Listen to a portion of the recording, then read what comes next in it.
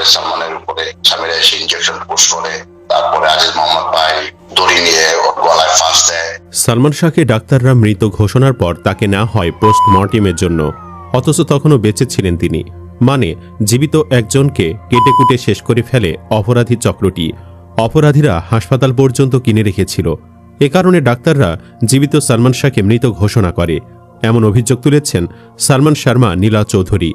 নীলা চৌধুরীর দাবি যে সত্য তার পেছনে আছে অকাট্য প্রমাণ।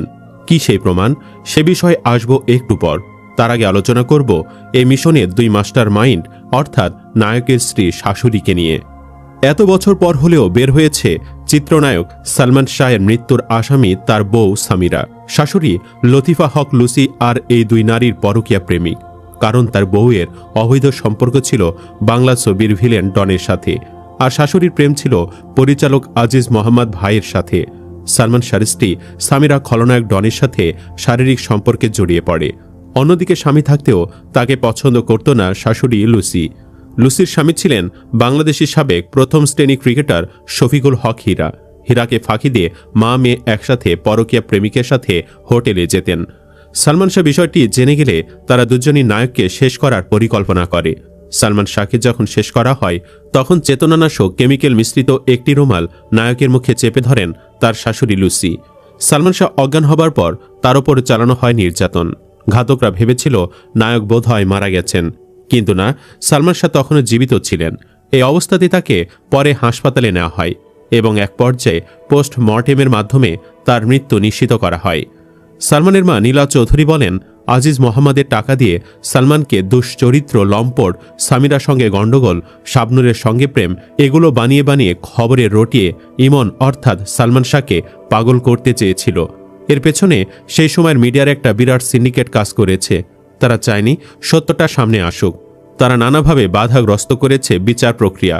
উল্লেখ্য, ২৯ বছর আগে চিত্রনায়ক সালমান শাহর মৃত্যুর ঘটনায় আদালতের নির্দেশে গত ২১ অক্টোবর রমনা থানায় হত্যা মামলা হয়েছে। মামলায় সালমান শাহর স্ত্রী সামিরা হক সহ ১১ জনকে আসামি করা হয়েছে। এই আসামিদের দেশত্যাগ ঠেকাতে ইতিমধ্যে ইমিগ্রেশন কর্তৃপক্ষকে তথ্য পাঠানো হয়েছে বলে জানিয়েছে পুলিশ।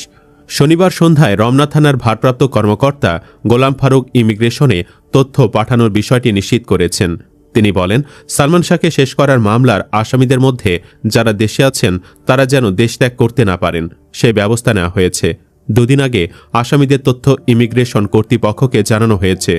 ১৯৯৬ সালে ৬ সেপ্টেম্বর ঢাকার ইস্কাটনের বাসায় ফ্যানের সঙ্গে ঝুলন্ত অবস্থায় সালমান শাহর মরদেহ উদ্ধার করা হয়।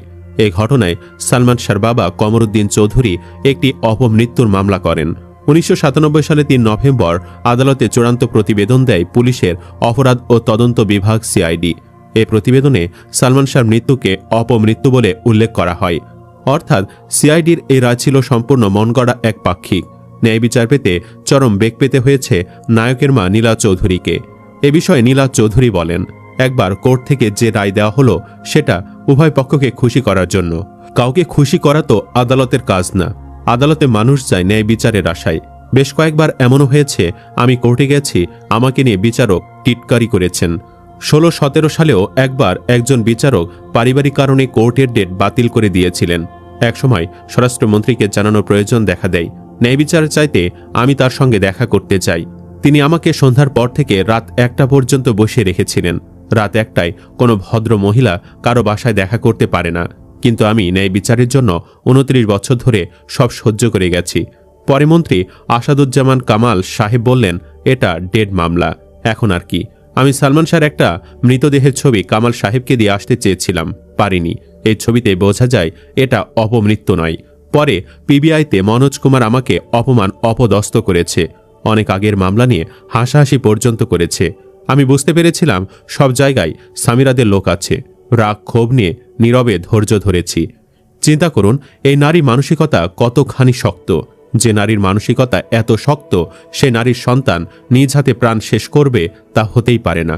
সালমান শাহর মামা আলমগীর কুমকুমের দাবি, সালমান শাহর মৃত্যুর কারণ তার সাবেক স্ত্রী সামিরা হক। কারণ হিসেবে তিনি জানান সামিরার সাথে সম্পর্কিত কিছু রহস্যময় ঘটনার কথা। দীর্ঘ সময় পেরিয়ে গেলেও যেসব প্রশ্নের যুক্তিসঙ্গত কোনো উত্তর পাননি তারা। আসুন আলমগীর কুমকুমের দেওয়া চাঞ্চল্যকর প্রশ্নগুলো একে একে জেনে নেই। ১. মৃত্যুর আগে সালমানের ব্যবহৃত সেলফোনটি আজও পাওয়া যায়নি কেন? 2. মৃত্যুর আগের কয়েকদিনের কল রেকর্ডগুলো তদন্তে নেই কেন? 3. সালমান শাহর মৃত্যুর পর প্রথম যখন ফ্ল্যাট খোলা হয় তখন ডিপিডিসি বজলুর করিম সাহেব ও পুলিশ কর্মকর্তারা ছিলেন। তারা প্রথমে ফাঁসির দড়িটি মাপেন। সালমান শাহ যতটুকু লম্বা এবং ওর গলায় যেখানে ফাঁসির দাগ সে অনুযায়ী ঝোলানো রশি পরিমাপ করে দেখা যায় সালমান শাহর পা মাটিকে স্পর্শ করে। তাহলে কিভাবে সালমান শাহর মৃত্যু হলো? 4. জানালার পর্দা ছেঁড়া ও জানালার গ্লাসে অসংখ্য আঙ্গুলের ছাপ ছিল কেন? 5. বাথরুমে পাওয়া গেছে লক করা একটি সুটকেস, তাতে ছিল ভেজা কাপড়, এর রহস্য কি? 6. ফ্লোরে পাওয়া গেছে ডানহিল সিগারেট। কোনো ভদ্রলোক সিগারেট খেলে সেটি কি তার নিজের ঘরে ফ্লোরে ফেলবে? প্রশ্ন তার। তিনি আরও যোগ করে বলেন, এই সিগারেট সালমান শাহ খায় না, তাহলে ওই সিগারেট কার? 7. পাশের বাসার প্রতিবেশী সাক্ষী দিয়েছে মধ্যরাতে সালমান শাহ ড্রেসিং রুমে মারামারি হয়েছে, তারা জানালা দিয়ে দেখেছে, তবে স্পষ্ট দেখেননি। তারা মনে করেছেন স্বামী স্ত্রীর ঝগড়া। ওই দিন ড্রেসিং রুমে কি ঘটেছিল? 8. ফ্যানে ঝুলতে দেখে সামিরা বলেছে সে রশি কেটে সালমানকে নামায়, এরপর তাকে গোসল করায়, তার শরীরে তেল মালিশ করে। কিভাবে এটা সম্ভব? এ দৃশ্য দেখে পাশের ফ্ল্যাটের লোকজনদের ডাকার কথা, দ্রুত হাসপাতালে নিয়ে যাওয়ার ব্যবস্থা করার কথা। তা না করে সালমানকে গোসল করালো, নতুন হাফ প্যান্ট পরালো কেন? 9. তাড়াহুড়ায় সে হাফ প্যান্টের স্টিকারও খোলা হয়নি, দেখেছিলাম। হাসপাতালে না গিয়ে 2-4 জনকে দিয়ে নিথর শরীরে তেল মালিশ করিয়েছে সামিরা। এ তেল মালিশের কারণ কি? 10. পরিবারের কেউ মারা গেলে পুলিশ মৃত্যুর সঠিক কারণ জানতে পরিবারের সদস্যদের জেরা করে, প্রয়োজনে রিমান্ডে নেবে, এটাই আইনি প্রক্রিয়া।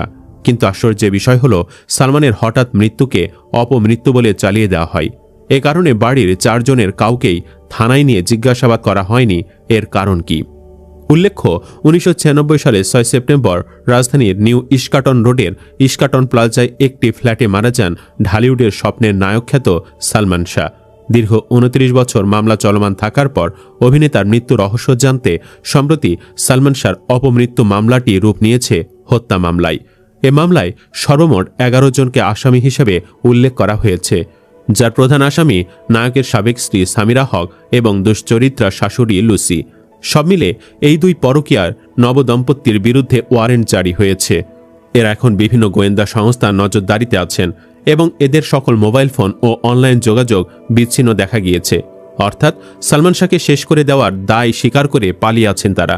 অতএব সকল সালমান শাহ প্রেমী ভাই ও দেশবাসীর প্রতি অনুরোধ রইল যে এদের যেখানে দেখবেন সঙ্গে সঙ্গে আইনশৃঙ্খলা বাহিনীর হাতে তুলে দিন। আমি মনে প্রাণে প্রয়াত নায়ক সালমান শাহকে শেষ করার বিচার চাই। এই একজন নায়ক বেঁচে থাকলে হয়তো আমাদের দেশের ফিল্ম ইন্ডাস্ট্রি আরও অনেক এগিয়ে যেত। আমাদের শৈশবের মতো মধুর স্মৃতি আর হবে না। সুপ্রিয় দর্শক, আপনিও কি চান 2 নষ্টা মহিলা সামিরা এবং লুসির যেন ফাঁসি হোক? কমেন্ট বক্সে ইয়েস বা নো লিখে জানিয়ে দিন আপনার মতামত। ভিডিও ভালো লাগলে লাইক দিন এবং শেয়ার করুন, আর অবশ্যই চ্যানেলটি সাবস্ক্রাইব করুন। ধন্যবাদ।